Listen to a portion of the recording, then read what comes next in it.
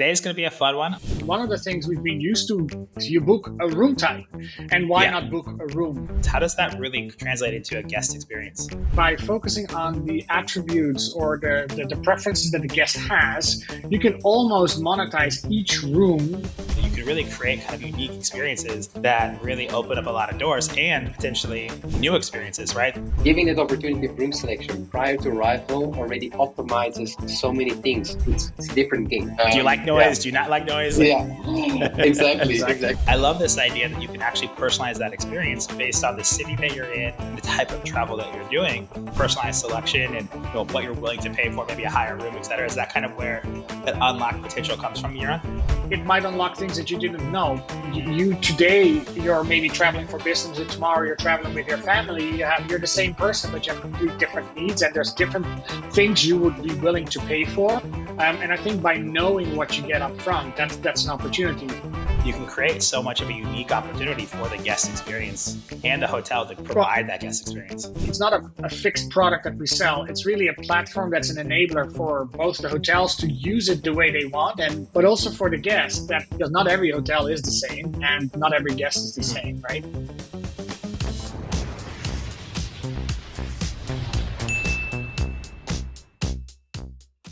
Hey y'all, how we doing? We are back for another episode of Hospitable. And today's going to be a fun one. We have we're representing a couple of different time zones from New York City to Antwerp, over in Europe, all the way out to Singapore with Jeroen out in Singapore. So we've got multiple time zones and multiple countries and continents represented on today's podcast. And I'm excited to have the co-founders of a really cool hospitality tech company called ExpectMe that we're going to talk with today. So Roeland Verhamme, who's the CEO, and Jeroen Vaassen, the COO. Fellas, welcome to the show. Thanks for having us. Yeah. Thanks, Rob. So we were talking, and I've had the opportunity to meet with Jeroen a couple of different times as we, Omnibus is looking at APAC expansion, and we've had a few chats. But Roeland, we got to meet for the first time a couple of weeks ago, and we had a lot of fun chatting. I think we were supposed to do an intro call for 15 to 20 minutes and end up rambling on for about an hour on all kind of things hospitality.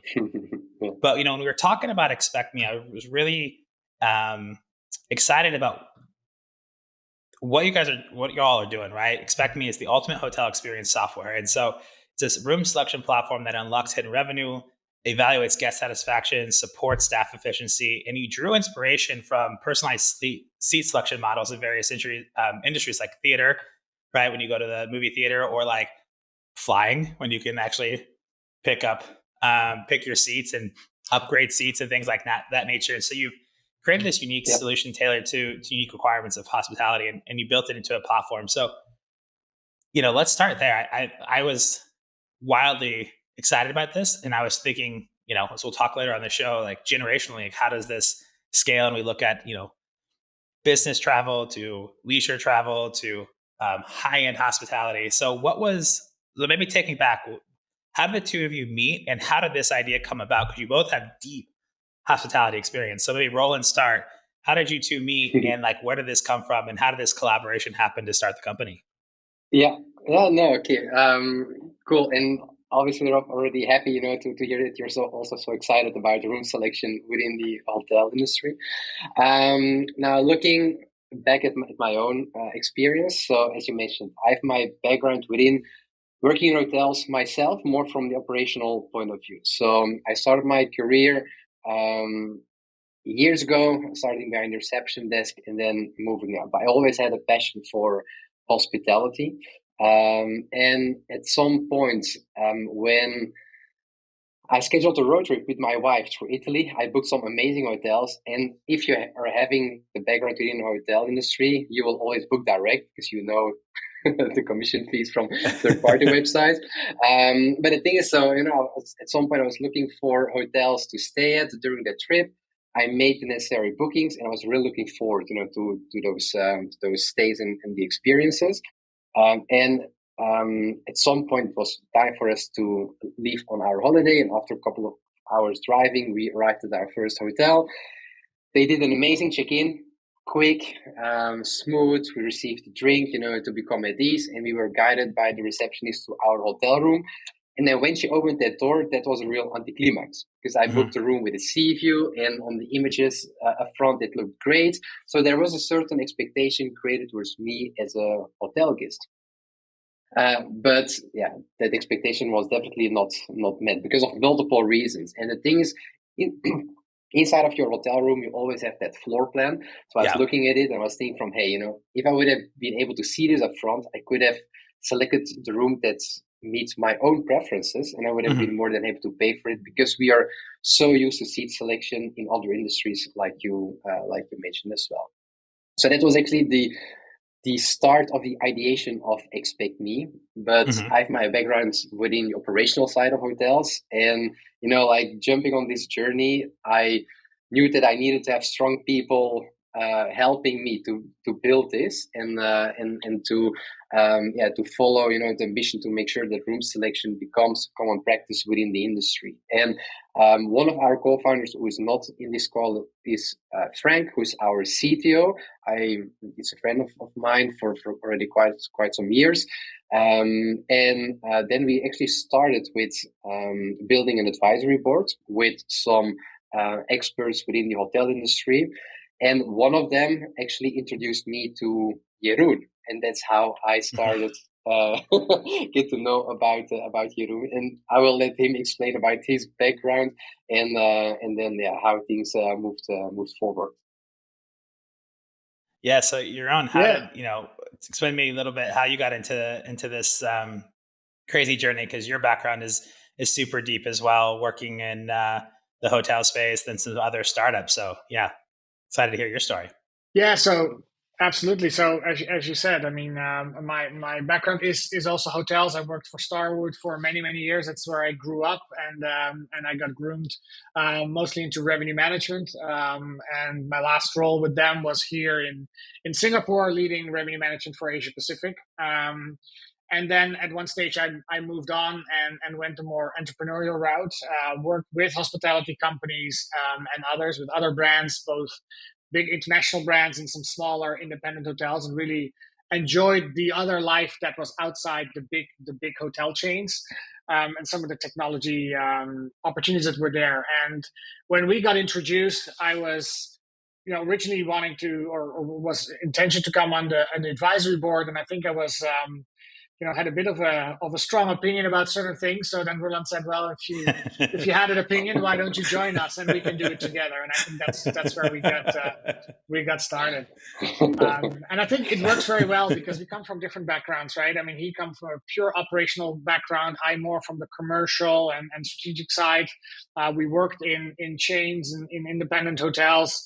And then together with Frank, who comes more from a technology impact, he doesn't necessarily have a background in hospitality, but he understands the technical side of things to help us build things that actually work and stable platforms and all Yeah. that kind of fun stuff. So together, I think that was a really good starting point and complementing Yeah. skills. Yeah.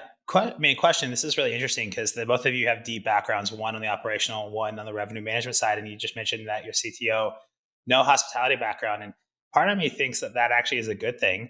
If he has a great tech background, but doesn't know traditional hospitality or wasn't building it. Because I do think that when we look at hospitality, there's a ton of technology, as you know, Omnibus connects data unification platforms. I work with all these technologies, and a lot of times they're built in similar ways. And obviously, there's ways that you have to build things to flow and fit. But I do think that also bringing somebody in that's not his whole career and whole life could also be super helpful by thinking about how do we build a better mousetrap when we're looking at doing something revolutionary in the sense of we always know how we book hotels, and it's the same experience whether you're booking direct or through an OTA. And I love, Roland, how you were like, oh, I always book direct. And I'm kind of conflicted because half the time I book direct and half the time I book OTA because it's more about best price, right? And so it's like, sometimes like I always want to book direct, and I like that experience. Also, I'm a points guy, so airline travel points. I fly almost the same carrier every time because I want that status. I have status, Yeah. on a certain hotel brand as well for that same reason because I love getting to have that status and be able to use that because I do think that affects the guest experience. And so Yes. sometimes if you go for best available versus going for that those points, it does change the guest experience. So talk to me about how does ExpectMe take that into account, knowing that it's a unique room selection platform that one helps unlock hidden revenue, but from the guest experience, how does that Yeah. really translate into a guest experience? Uh, I think it's a very interesting topic, and it's a topic that that we're having conversations about very frequently, because I think that nowadays, I mean, for also make comparisons, and of course, it's not only the third party website, but just in general. I mean, Yeah. also if you look towards competitors, and as you mentioned, the loyalty status, and I believe that you will have it with a few. I don't think it's going to be only with one, but probably you will have a few, have it with a few. But I think the big impact is, of course, about the experience, because competing against pricing is a very tough one.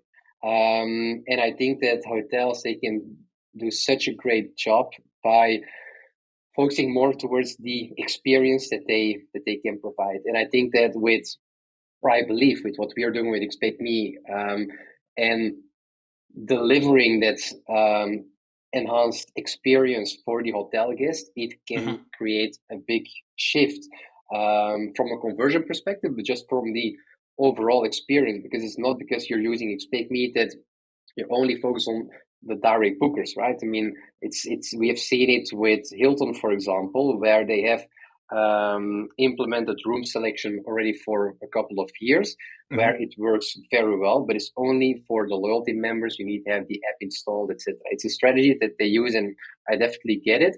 But I think there's so much opportunity out there, because from all the guests that are staying in your hotel, those loyalty members is quite a small margin, or especially not the majority.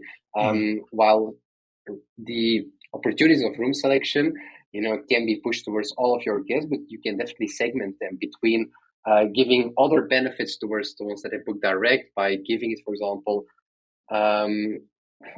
way more days or weeks in advance to let them select the rooms, meaning that there's the biggest room availability. You can play with different prices, but definitely make sure that on your direct website that you communicate from, hey, if you book direct, yes, you will have best available rate, but that you can that you will get the opportunity of selecting your room prior to arrival. Yeah. And but maybe one thing to add, and I think to your point, Rob, I mean, with Frank, who doesn't come from hospitality, he doesn't only challenge us from how to build it from a technical perspective, but also question some of the things that were very normal for us, and the jargon that we used, or we've been used to think a certain way, and he's sometimes saying like, why is that, right? And so even on the operational side, he helped us trigger that. And I think with the personalization as well, like one of the things we've been used to thinking in room types, always you book a room type, and why not book a room, right? And so I think we see people think now that they're working with ExpectMe, think differently around, like in the airlines, you book an economy, a premium economy, and a business class. You have three types of sort of room types or seat types, and then you can sell every individual room at a price with the attributes, how far it is ahead, if it has an emergency exit, et cetera, et cetera. And I think for us as well, you can see now that people are, by focusing on the attributes or the preferences that the guest has, you can almost monetize each room on its own, and you're no longer constrained by room types, in the extreme. I mean, there is obviously you still do it until a certain extent, but it helps hotels to think differently, and to think differently about their revenue opportunities, but also to think about the guest preferences, and what would a guest like, and what would they be willing to pay for, and that gives the opportunity both on the revenue side for the hotels, but also on empowering the guests to personalize their stay. Yeah, and I think that's kind of nicely leads me to my next question, but because I'm a big fan of, and I know that some people love being on the top, right? And there's kind of this ground floor all the way up to top floor, and the top floor you have the penthouse, and the higher up you are, the kind of more either status or whatever. And sometimes, depending on where I'm at, when I'm traveling for business, I sometimes like to be, depending on what city or like what experience, I sometimes like to be a little closer to being able to get in and out, right?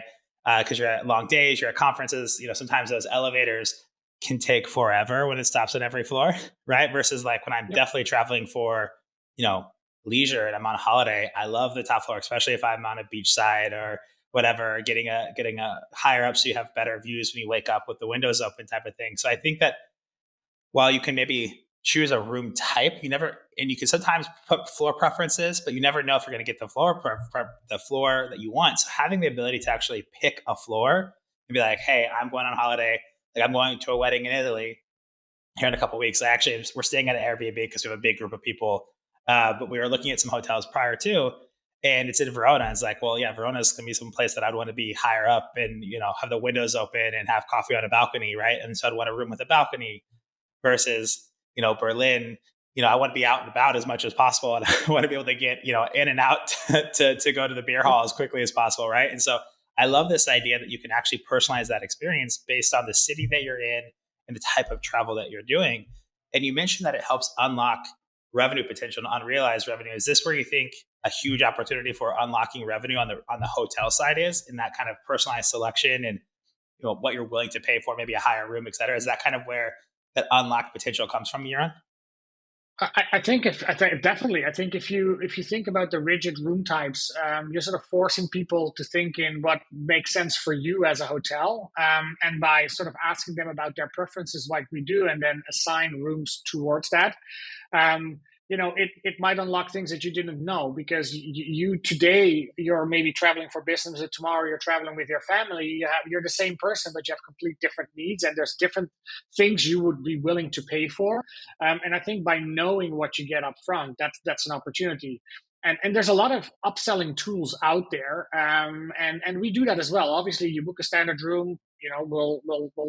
The platform can entice you to book a higher room category if that's what you're willing, but not because it's a higher room category, but because it sort of fits with your preferences. But we actually see that about I think it's about 40% of all the rooms that get selected on the platform are rooms of the same room type that the guest originally booked. So it's not Mm-hmm. necessarily an upsell, but it is monetizing even within the same room category, and that's an additional opportunity which you don't have with a traditional upselling platform. Mm-hmm. And so I think that's where some opportunities come up, and it's a different way of looking at it. And I think the last one is that the room categories that you have in the PMS are generally for operational purposes, and Mm-hmm. for the original selling. But there, even we have a long list of room types, right? Often you go to a website, you have to pick about 10, 15 room types, and I don't know how many rate plans. You could even reduce that, because with us, we actually see hotels that say, you know what, I have 50 standard rooms, but there's three that are slightly different. I don't really want to create another room type, but with Yeah. us, you can charge $5 more or €10 more, right? And Yeah. that's where you can monetize that, and you can create content for those in a very simple way, and take advantage of those opportunities that you have. Yeah. And I love that too, because like when I travel for pleasure, like I always look for rooms with a king size bed, right? I have a king size bed at home, so when I'm traveling, when I'm out with my wife, like we like to have a king size bed. It's that kind of like more consistent feeling. Whereas when I'm traveling for work, like I just need a bed. It could be a twin, it could be a queen, Yeah. it could be I don't necessarily care. It's just I need a good sheets and a comfy pillow, right, to lay my head out when I'm traveling for work. And I do think that's also important, where if you can even customize those different travel experiences, because I do, what I think is exciting about this, and part of the reasons that I tend to stay at a specific hotel chain over another, is that the experience you're getting when you walk into that hotel. The rooms are going to be the same. You know what the amenities are. You know how to work. You know the technology that's in there. Sometimes I go into more futuristic hotels, like Citizen Inn, which I love, and it's like the iPad, which is an amazing thing, but you always forget. It's like, okay, I got iPad here instead of looking for the controller, right? Like little things like that you have to kind of remember. So if you can kind of create that consistency where you can actually look at business versus leisure, or even when you're doing leisure travel, you can really create kind of unique experiences that really open up a lot of doors and potentially new experiences, right? Thinking on the other side, if not the consistent traveler, but the one that's really a thrill seeker. I want a different experience every time I go somewhere. I want to check out this new feature. I want to try this new thing. And I think those could be some really cool dynamics at play with the platform that opens up just an amazing wealth of opportunity for the guest to have a great experience, but wealth of opportunity for the hotel to better streamline their operational efficiency for experiences, right? Yeah. And what works and what doesn't, which I think is really cool. So I'm guessing there's a whole data piece too the data you're collecting on a business versus personal level in a travel type, right? Yeah, definitely, Yeah. definitely. And the thing is also with the different type of travelers, and I mean, today, if you look at ExpectMe in our portfolio hotels, we have those smaller boutique hotels, we have pure business hotels, we have luxury resort properties. So, it's not that it works better for one than the other. Sometimes just that strategies may vary. But if you're doing a leisure trip and you're on a holiday and you're at a resort property, I mean, yes, I mean, selecting your room, it's a different game because you're more focused towards the long time experience and the value. And do you want to be close to the swimming pool or far away from the swimming pool or whatever? Do you like Yeah. noise? Do you not like noise? Yeah, exactly, Exactly. exactly. And so there are different things that play a crucial role, but also with the business travelers, it's exactly the same because then you're perhaps more focused towards your sleep. I mean, yeah, I mean if you're not an easy sleeper, then probably you would like to have a very quiet room. In most Yeah. cases, that's the room on the backside with perhaps the shitty view, but it's a Yeah. quiet room, Yeah. and then away from the elevator, etc. So there are different things that play a crucial role in that selection process. But the reality is that just today, I mean, if you're doing room selection nowadays in hotels and it's or manual process or an automatic process, it's always an impersonal thing that happens. It's or a system that is assigning rooms to play the Tetris game for your Yeah. inventory, or it's someone doing it manually based on perhaps some comments that you left into the reservation, or just what that person at that moment in time thinks that would be a good room for you. Yeah. But there's only one person that knows which room you really would like, and that's you Yeah. as a hotel guest yourself. So giving that opportunity of room selection prior to arrival already optimizes so many things and Yeah. the profitability as a whole, because yes, it's upselling. So you can guess, they will select room that they truly want. And if it's from a higher category, they will go ahead and select a higher category. Yeah. But it's from the backside, the same category. I mean, Yeah. it optimizes everything. And then on the final note is also with some loyalty schemes in place. If you're at a certain level, you're entitled for an upgrade. And I had it during Yeah. a recent trip. So I stayed at one of the chain properties, didn't check in, and I received an upgrade. But like, actually, I hope that they would not have given me that upgrade because it Yeah. was a room that I really didn't like. Yeah. Not facing not the side that I would like to have. There was also a connecting door, and I didn't like it. But Yeah. it was a way bigger room than the one that I originally booked. So they give an upgrade away free of charge, while Yeah. they could have sold that upgrade or Yeah. upsell towards someone else, or sold that room in that Yeah. perspective someone else. And so it wasn't a win-win for Mhm. anyone, not for me as a guest, not for them, Yeah. not for the hotel as well. Well, and you make a great point there because, like, thinking about seat selection, sometimes I love when they ask me if I want to upgrade because sometimes yes, I definitely want to upgrade, but sometimes I pick the seat for a specific reason for that flight, right? And I'll say no, Correct. like I don't want to get upgraded. And I Yeah. think that's really important because yeah, it's nice to be upgraded. It's nice to feel that way in a loyalty position, but it is like, is this the right room that you really wanted? Maybe it's bigger, but does it have all the amenities you want? So like, I was traveling not too long ago and I stayed at this hotel and beautiful room on the fifth floor, like great view. Like it was exactly what we expected, what we wanted. But what we didn't know is that they had a concert playing on the roof Mhm. that Saturday night. So we were on the fifth floor and the concert was up on the sixth floor. So one floor above. And Yeah. I can tell you that my wife and I didn't get to sleep until after the concert got over at 2:30 a.m. Luckily, we actually You went got a up to a free bar. concert ticket. That's included in the price. Yeah, yeah. I mean, luckily, like we were cool with it. We went up there and we got to catch the end of it and had a drink at the bar. And we were there to go out. We weren't like, it wasn't like affecting us in a negative way. But what if we were with a family, or what if we we wanted a quiet room and like that we were exhausted and we didn't know about that. So even though we got the room we wanted, knowing that the concert's there, and even a notification, hey, what are your preferences? The quiet room. FYI, there's a concert being played on Saturday night. Well, could potentially be loud in this room. Do you still want this room? Like even a simple question as that could have been a huge change in the guest experience, taking into Mhm. account. So this is why I got really excited when I learned about this, because I have so many of these experiences where those things happen. It's like, yes, I got the room I wanted, but then this thing happened, or Yeah. vice versa. So I think this is where you can create so much of a unique opportunity for the guest experience and the hotel to Well, provide that guest experience.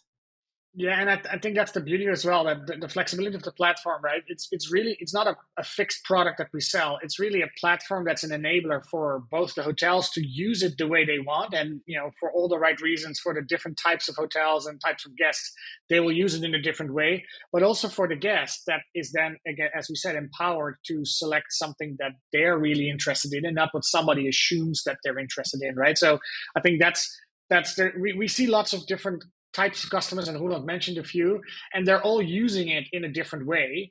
Some really charge the money. Some actually give it away for free because they see it as a benefit to their guests. Some do it differently for direct bookers versus others. I mean, there's so many different ways, and I think that's the beauty of it, because not every hotel is the same, and not every guest is the Mm-hmm. same, right? And I think with that as well, we focus a lot on the automation as well. I think you briefly mentioned it earlier as well, but also to not just to think about the hotel revenue and the guest satisfaction, but also automation of processes where it helps the staff, right? I mean, less work to manually assign rooms, less complaints that you need to deal with, less room moves because they want a different room, et cetera, et cetera. And so we really focused on building a very deep integration with the PMSs, so that we see the availability of each individual room, which is again different than most of the channel managers and stuff like that still focus on room types. But also when somebody books on our platform, it is guaranteed to the guest. They know it's room 302. They get that confirmation, and we assign it directly in the PMS. We assign the room, we lock the room depending on the PMS. We put all the booking info in. We're now automating the billing process as well, so that even front desk, if they do charge for the room selection or any of the other additional services that we can also offer, like a bottle of champagne or et cetera, Mm-hmm. that it gets automatically assigned and paid. So I think that component as well is that, you know, we want to take the burden away from the hotel as well, so that they can actually have time to spend with the guest on talking about, Yeah. how was your flight, what can we do for you, do you want, Yeah. do you want something in the room, do you want a wake up call tomorrow, whatever it is, to provide the human connection when the guest Yeah. comes into hotel, and they don't spend an hour behind a computer trying to complete Yeah. everything. Yeah. So I think, that creating the human connection on that level as well, to really focus on delivering service and that hospitality experience that the guest is looking for. Yeah, I think that's really unique, because you could put in things like, "Oh, I'm here for a anniversary trip," or like, I'm not always going to put in my birthday's coming up, but if it's like, "Hey, Rob, I see that your birthday is tomorrow.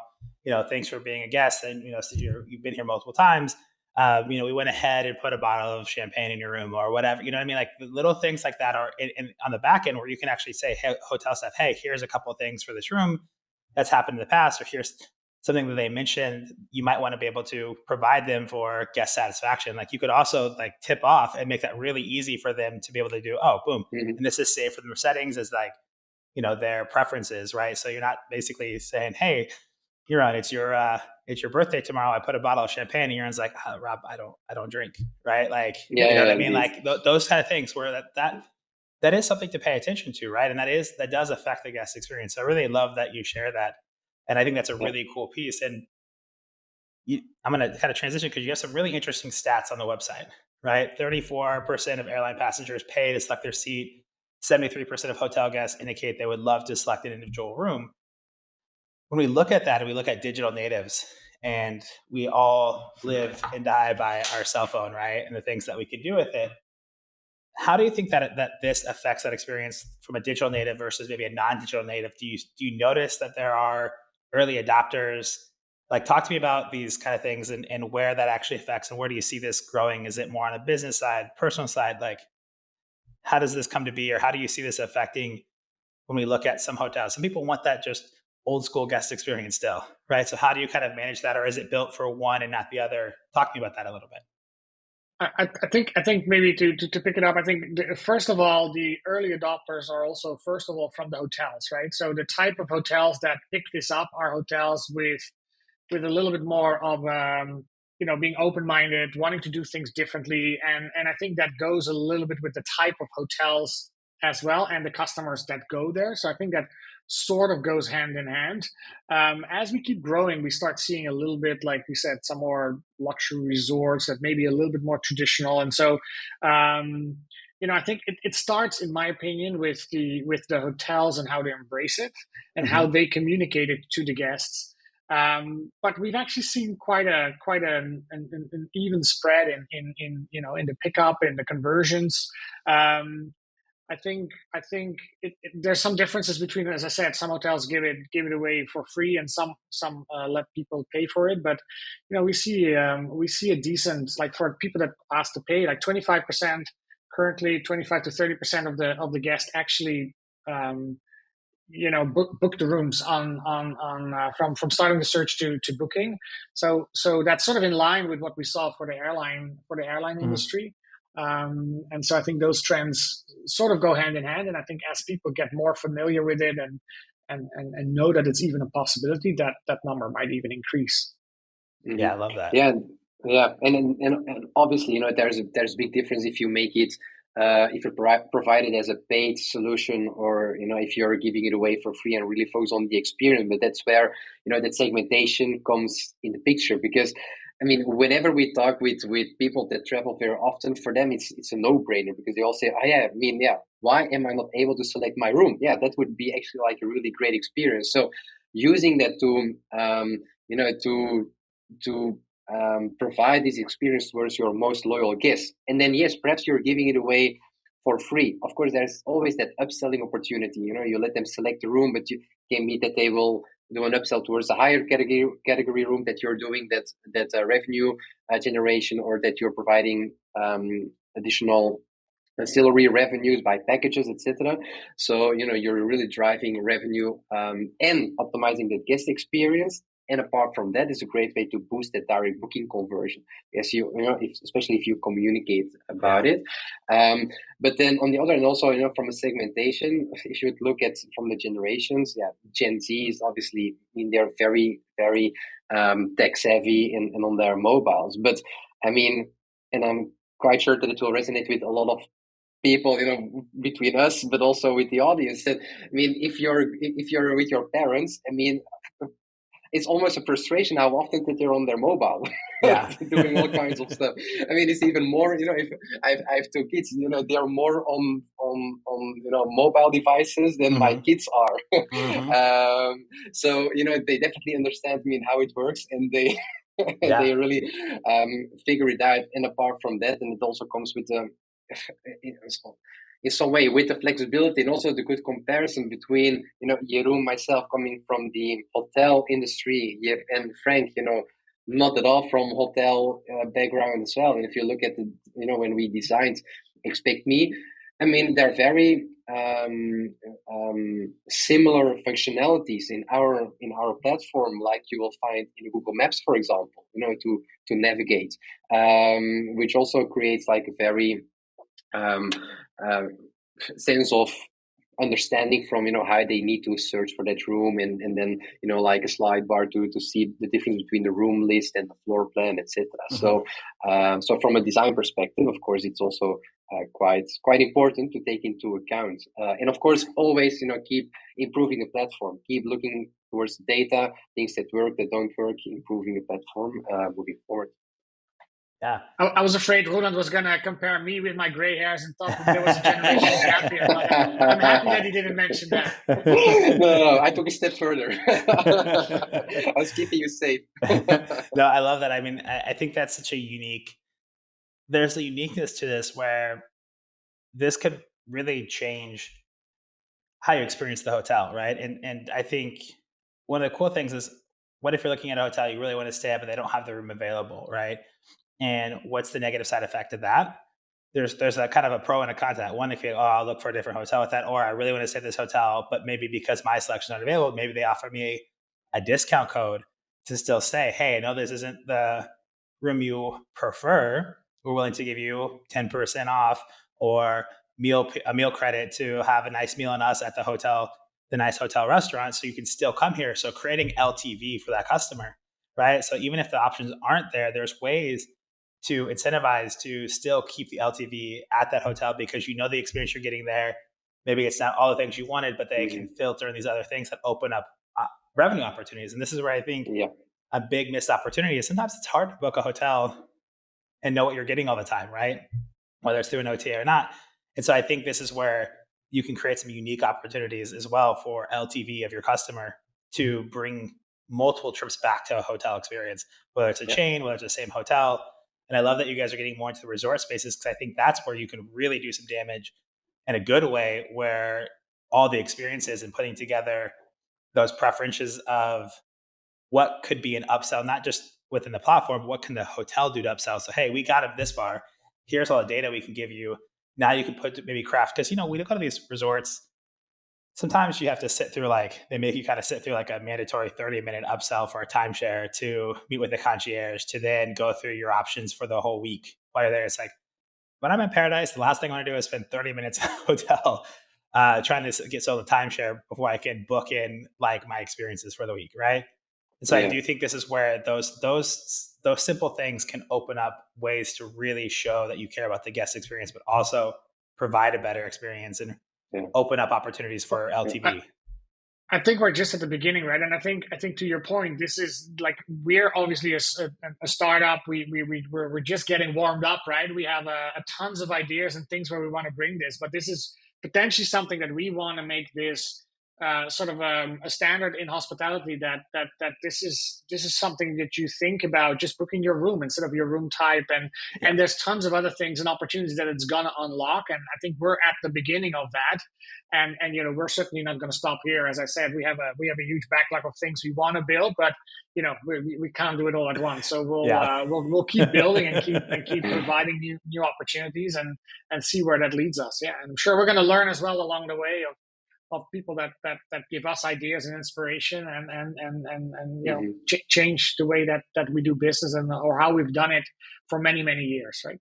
Yeah. Yeah, but I also want to just to add on to this one, and also to what you mentioned, Rob. It's, I mean, like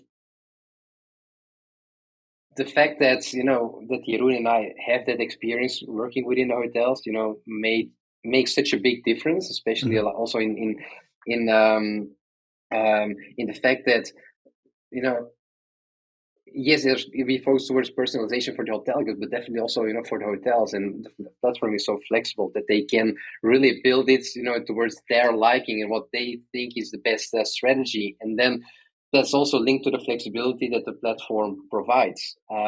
Because I know how it is, to play the Tetris game, to do the room allocation, and in, each property is different, and also the segments are different. Looking towards a business hotel, probably they will allow the room selection a couple of days prior to arrival. This will Yeah. not make any sense towards resort properties, because they have a way longer length of stay. Also, when the booking is made, etc. So they can provide it weeks or even months prior Mhm. to their arrival. And it's important that the platform ExpectMe that it provides that flexibility towards Yeah. the hotel so that they can really decide from, yes, room selection, it is a great way. It's such a great added value for our guests.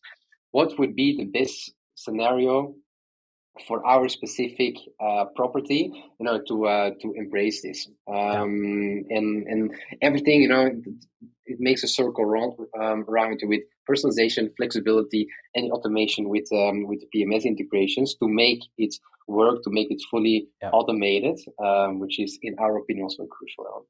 Absolutely. We're omnibus. We love automation. We love Yeah, process simplicity. Right. That's the name of the game. So I think this is really yeah, cool, and I love that there's so much that could be done. Right. And you're at the beginning stages, and you're building out, and there's so many lessons to learn. And I think this is going to be a fun learning lesson. And I'm looking forward to bringing y'all back on in a year or two and seeing how it's evolved and talking about next evolution of this technology. Maybe when I'm out in Singapore, and Singapore, you're on, so we're Sounds looking good. at expanding there. We can meet up, and then Roland, I love Antwerp, so I'll be yeah. I'll Well, be in your hood soon. So definitely I would love love New to. York as well, so. I mean, yeah, y'all Yeah, want to we come can over? come there as well. That's I fine. mean, it's always open. I'll take you out for some great beers and some great bars. So, um, Yeah. this was a lot of fun to do it, and I know we could talk for hours on this stuff because you both are Mm-hmm. so passionate about building this, but we only have so much time today. So if anyone wants to get in touch with you or learn more about ExpectMe and what they can do, where can they find you? What's the best way to get in touch with y'all to learn more? Well, I think first of all, our website, right, expectme.com is where they can find it. I'm sure you can put the links in the in the Yep, show notes or whatever, or reach out, find us on LinkedIn, find us on any of those platforms, and get in touch. We're happy to talk to you and see where we can help you, with your guest experiences. Yeah. absolutely. I'll Yeah. make sure to put the both of your LinkedIn's and the website in the show notes. So all you got to do is click the episode little button, pull it up, and you'll have a direct link to get in touch and make sure that it's easy for them to reach out to y'all. Yeah, yeah. Sounds Well, we good. are very reachable, so always I, happy to have a chat and experience how group selection can help all of your properties, to move forward. I love And with that. the different time zones, we're sort of 24/7 coverage. So, I was gonna say we'll you never got it kind sleep. of One of rocking and us will rolling pick it now. up. Yeah. Awesome. Well, hey, Roland, Jeroen, I appreciate the both of you coming on. A lot of fun. Appreciate. I know it's afternoon for one, evening going into late evening for another as we look at across the world. But appreciate y'all both making time. I had a lot of fun talking about this space and what we can do, and really the guest experience, something I'm passionate about. So appreciate you for letting me wrap it up with you and chop it up. Thanks a And lot, we'll be Rob. in Thanks for your touch. time as well. Of course. And for all the listeners out there, I promise you, these guys say they're available, they're very available. They love to talk this stuff. So reach out if it's something that you're interested in. And until next time, make sure that as you're listening to the podcast, be a tier one, like, subscribe, rate, review, do all the things, help share this with the community. And if you want to be on the podcast or you know of a guest or topics that you want us to cover, please drop us a line. All my information is also in the show notes. And that is it for this episode of Hospitable. And until next time, be well.